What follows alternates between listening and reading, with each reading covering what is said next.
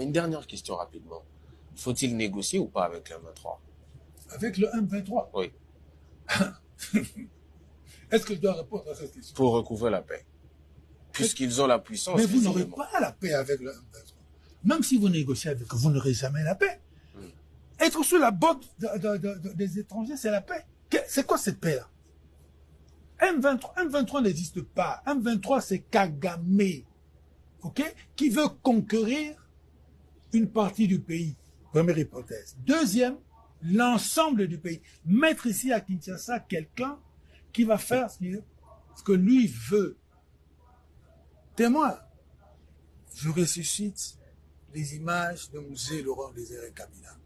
Il a dit clairement, je cite de mémoire, ils veulent que je fasse ce qu'ils veulent.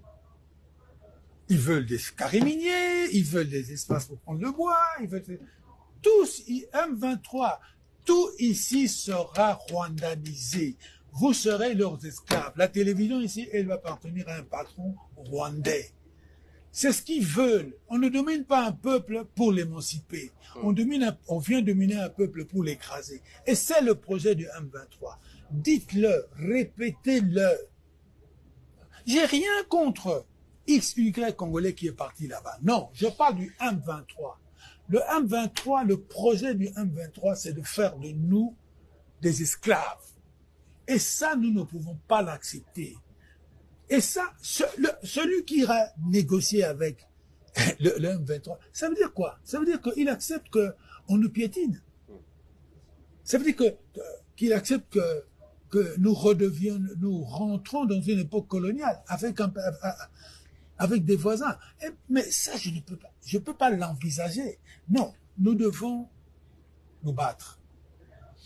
Faisons seulement l'effort de trouver les conditions qui vont faire que nous nous battrons mieux. C'est ce que je reproche aujourd'hui qui n'est pas fait. Si vous voulez vraiment comprendre le fond de ma pensée. Est-ce que nous faisons tout ce qu'il faut pour mieux nous battre? Est-ce que nous le faisons? Je m'excuse, je réponds non.